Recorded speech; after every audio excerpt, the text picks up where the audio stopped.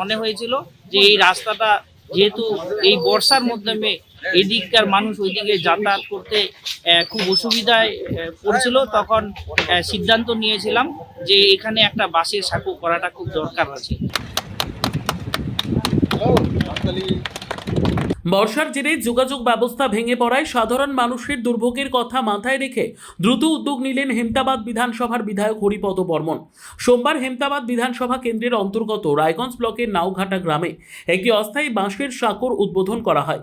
এদিনের অনুষ্ঠানে উপস্থিত ছিলেন বিধায়ক হরিপদ বর্মন, রায়গঞ্জ ব্লকের বিডিও কামাল উদ্দিন আহমেদ, পঞ্চায়েত সমিতির বিরোধী দলনেতা মলয় সরকার, উত্তম চ্যাটার্জি সহ প্রশাসনের আধিকারিক, জনপ্রতিনিধি ও এলাকার বহু বাসিন্দা। জানা গিয়েছে, হেমতাবাদ বিধানসভার অধীনে রায়গঞ্জ ব্লকের মহারাজা থেকে রুনিয়াগামী সড়কের নাওঘাটা এলাকায় একটি স্থায়ী সেতু নির্মাণের কাজ চলছে।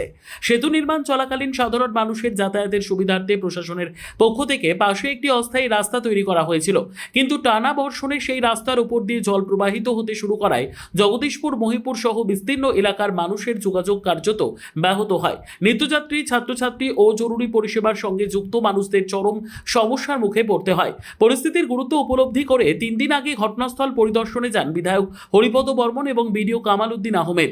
এরপর দ্রুত প্রশাসনিক উদ্যোগে ব্লক প্রশাসন ও পঞ্চায়েত সমিতির বিরোধী দলনেতার সহযোগিতায় মাত্র 3 দিনের মধ্যেই সেখানে একটি অস্থায়ী বাঁশের সাঁকো নির্মাণ করা হয়, যাতে সাধারণ মানুষের যাতায়াত স্বাভাবিক হয়। এদিন সাঁকোর উদ্বোধনের পর বিধায়ক জানান, স্থায়ী সেতুর কাজ সম্পূর্ণ না হওয়া পর্যন্ত মানুষের যাতে কোনো অসুবিধে না হয় সেদিকে প্রশাসন সর্বদা নজর রাখছে। মানুষের স্বার্থে প্রয়োজনীয় সব ধরনের ব্যবস্থা গ্রহণ করা হবে বলেও তিনি আশ্বাস দেন। মনে হয়েছিল যে এই রাস্তাটা যেহেতু এই বর্ষার মাধ্যমে এদিককার মানুষ ওইদিকে যাতায়াত করতে খুব অসুবিধায় পড়ছিল, তখন সিদ্ধান্ত নিয়েছিলাম যে এখানে একটা বাসের সাঁকো করাটা খুব দরকার আছে। তার জন্য বিডিও সাহেব এসেছিলেন, ইঞ্জিনিয়ার এসেছিলেন। বিডিও সাহেবকে আমি বলেছিলাম, আমার বিরোধী দলনেতা মলয় সরকার উনিও আমরা বলেছিলাম, এই বিডিও সাহেব উনি ওনার বিডিওর ওখান থেকে একটা ফান্ডে থেকে এই বাসের সাঁকো উনি ব্যবস্থা করে দিয়েছেন। আমি অসংখ্য ধন্যবাদ জানাবো বিডিও সাহেবকে।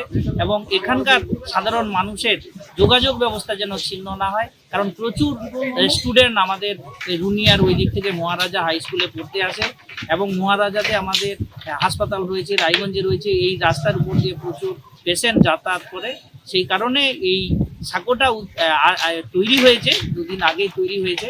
আমরা আজকে এসে এই মানে আনুষ্ঠানিকভাবে এই সাঁকোর উদ্বোধন আমরা করলাম জনগণের স্বার্থে। আজকে এই উদ্বোধনটা। অন্যদিকে বিডিও কামাল উদ্দিন আহমেদ জানান, বর্ষাকালে মানুষের নিরাপদ যাতায়াত নিশ্চিত করতেই দ্রুত এই অস্থায়ী সাঁকো নির্মাণের উদ্যোগ নেওয়া হয়েছে। স্থায়ী সেতুর কাজও নির্ধারিত সময়ের মধ্যেই শেষ করার চেষ্টা চলছে বলে তিনি জানান। রাস্তাটা খুব একটা ক্রিটিক্যাল একটা রোড, যেটা আমাদের জগদীশপুর, মহিপুর এইসব এরিয়ার লোকরা, হসপিটাল, স্কুলের বাচ্চারা সবাই যাওয়া আসা করে। এটা পিডব্লিউডি আন্ডার কনস্ট্রাকশন একটা ব্রিজের কাজ চলছিল, কিন্তু এবার বর্ষাটা এত ভালো হওয়াতে মানে যে রাস্তাটা সাইডে করা ছিল সেইটার উপর দিয়ে জল পাস হচ্ছিল, মানুষরা কোনোভাবে পারাপার করতে পারছিল না। স্কুলের বাচ্চাদের ইউনিফর্ম পরে পারাপার করা সম্ভব হচ্ছিল না। এটা বিধায়ক সাহেবের তত্ত্বাবধানে আমরা আর্জেন্ট বেসিসে পঞ্চায়েত সমিতি সবাই উদ্যোগ নিয়ে এটাকে মানে 3 দিনের মাথায় এই সাঁকোটা তৈরি করা হয়েছে, যাতে পাবলিকের যাতায়াতে আর সমস্যা না হয়।